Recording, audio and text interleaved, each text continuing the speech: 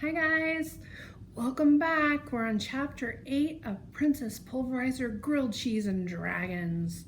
And we just found out she made 2 new friends. So let's see what's going to happen in chapter 8. And if you haven't caught up, we were lucky enough that Austin made a playlist. So go find the playlist and it'll go by each chapter. So now on to chapter 8. Thump, thump, the ogre's footsteps were closer. Now, Princess Pulverizer needed a plan.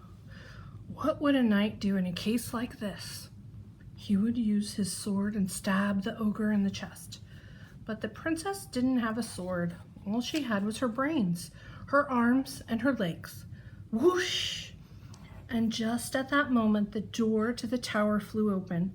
The ogre was standing there, glowering at the prisoners. Smelly, he bellowed. Stinky.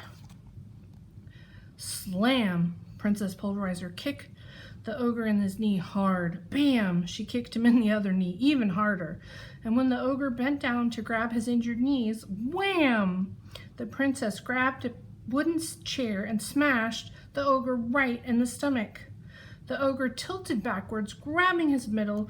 Ooh, ooh, ah! He banged his head on the doorpost. Princess Pulverizer leaped out of the way and over to the far window near her friends just before thud. The ogre fell to the ground and in a heap right in the middle of the room. Wow, Lucas said.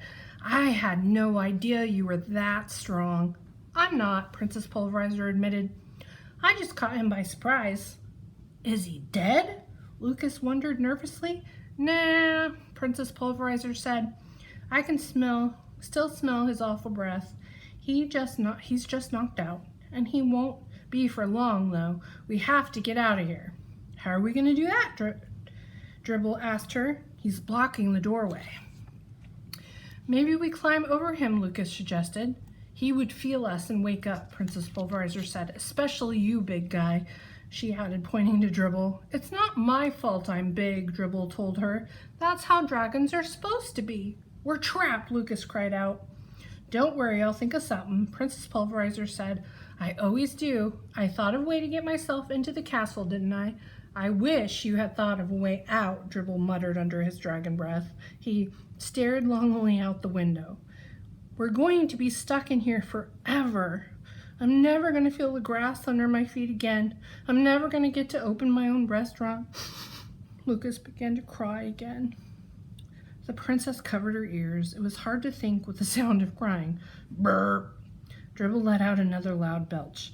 The powerful wind was so strong it shook the ogre's giant mountain of stolen treasures.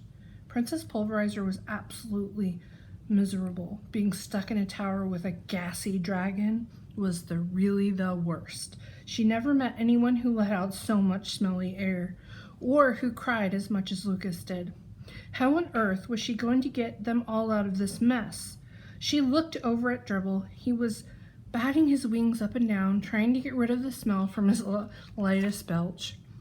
A broad smile formed on Princess Pulverizer's face. That's it, she shouted excitedly. Dribble's gonna save us all. See you in chapter 9.